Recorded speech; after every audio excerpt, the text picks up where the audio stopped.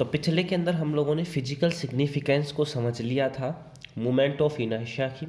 आज हम लोग अब ये जो आर्टिकल्स है ये सिलेबस में इनका नाम नहीं दे रखा, परंतु ये कई बार क्वेश्चंस के रूप में पूछ लिए जाते हैं। तो हम लोग अब इन आर्टिकल्स को कंप्लीट करते हैं। पहला आर्टिकल है work and power in rotational motion, कि रोटेशनल मोशन के अंदर वर्क एंड पावर।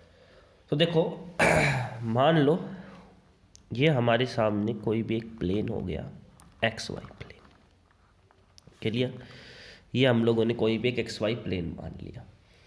हम लोगों ने ये कोई पॉइंट पी मान लिया, पॉइंट बोर्ड साइज ऑब्जेक्ट मान लिया, पॉइंट साइज बॉडी मान ली, ये पी।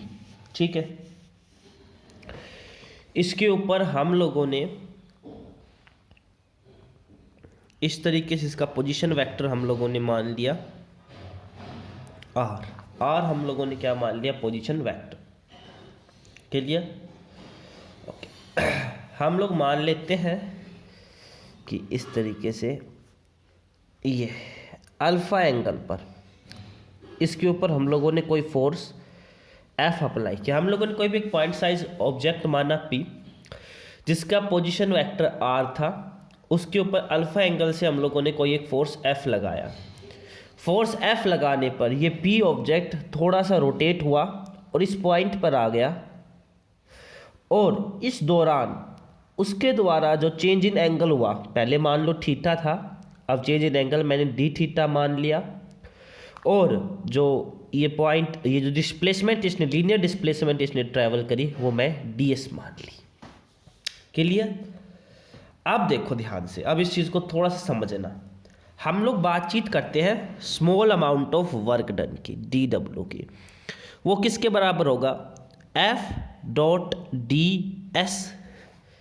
ठीक है, F dot D S, F D S कोस एंगल कितना है? Alpha, cos alpha. एंगल आ गया F D S cos alpha. ठीक है, अब मैं डी एस और आर वेक्टर के बीच में रिलेशन निकालूंगा। ठीक है, तो आप सबको ये पता है कि सबटेंडेड आर्क बराबर होता था लेंथ ऑफ आर्क और एंगल के बीच में। ठीक है, तो मतलब कि डी एस हमारा किसके बराबर होता था? आर डी थीटा के। ये एक फॉर्मूले के रूप में आप लोग को याद रखना है। तो डी एस हमारा किसके बराबर आएगा? आर डी थीटा के। यहाँ पे आ गया कोस अल्फा और इधर आ गया D W. Clear? Small amount of work done, D W. Clear? Okay, अब ध्यान से देखते हैं कि एफ और आर, ये जो कोस अल्फा है, मैं इसको अब साइन की फॉर्म में बदलता हूं। अब मेरी बात ध्यान से समझना। यहाँ पे अब हम लोग एक ट्रिक का यूज़ करने वाले हैं। वो ट्रिक क्या है? ध्यान से इस चीज़ को समझेंगे, उसी से आप लोग की ट्रिक क्लियर होगी कि ट्रिक क्या कहती है। क्लियर? ये ट्रिक यही से क्लियर होगी। देखो ये फिगर में देखो ध्यान से, ये वाला जो एंगल है, ये वाला एंगल, ये वाला एंगल, ये वाला एंगल है 90 डिग्री। कितना एंगल है? 90 डिग्री। आई बात समझ में? ये वाला एंगल, ये वाला डीएस जो एंगल बना रहा है आर वेक्टर के साथ, वो कितना है? 90 डिग्री है। तभी ये रिलेशन आया है। अब देखो ध्यान से, हमारा एक था प्यारा फोर्स, ठीक है, वो बना रहा था यहाँ पे कोई अल्फा एंगल। तो इसको मैं दो कंपोनेंट में रिजोल्व कर दूँ। इसका ये एंगल तो होगा एफ कोस अल्फा, ये वाला होगा F sine alpha. Clear? F cos alpha और एफ साइन अल्फा। हमने तो क्या किया भैया? अब देखो ध्यान से, अब मुझे एंगल बताना है। इस तरीके से हमारा आर वेक्टर था, आर वेक्टर था, ये वाला एंगल 90 डिग्री था। देखो ध्यान से, हाँ या ना? देखो इस पॉइंट के ऊपर इस फोर्स के दो कंपोनेंट रिजोल्व कर दिए, एक तो एफ कोस अल्फा और एक F sine alpha. F cos alpha के साथ जो एंगल ये बना रहा है, ये 90 डिग्री का एंगल बना रहा है। ठीक है, तो 90 डिग्री का एंगल बना गया। तो अगर मुझे निकालना हो, अगर मुझे फाइंड आउट करना हो R cross F cos alpha, तो उसकी वैल्यू क्या होगी भैया? आर एफ कोस अल्फा गुना में साइन 90। साइन 90 की वैल्यू क्या होती है? 1। तो ये सिंपल आएगा आर एफ कोस अल्फा। तो इसी चीज़ का यहाँ पे देखो, हमारे सामने आर है, कोस अल्फा है और एफ है। इसकी जगह मैं सिंपल लिख सकता हूँ ना, R cross F, R cross F,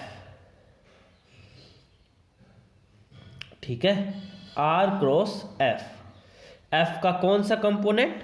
कोस वाला कंपोनेंट, ठीक है।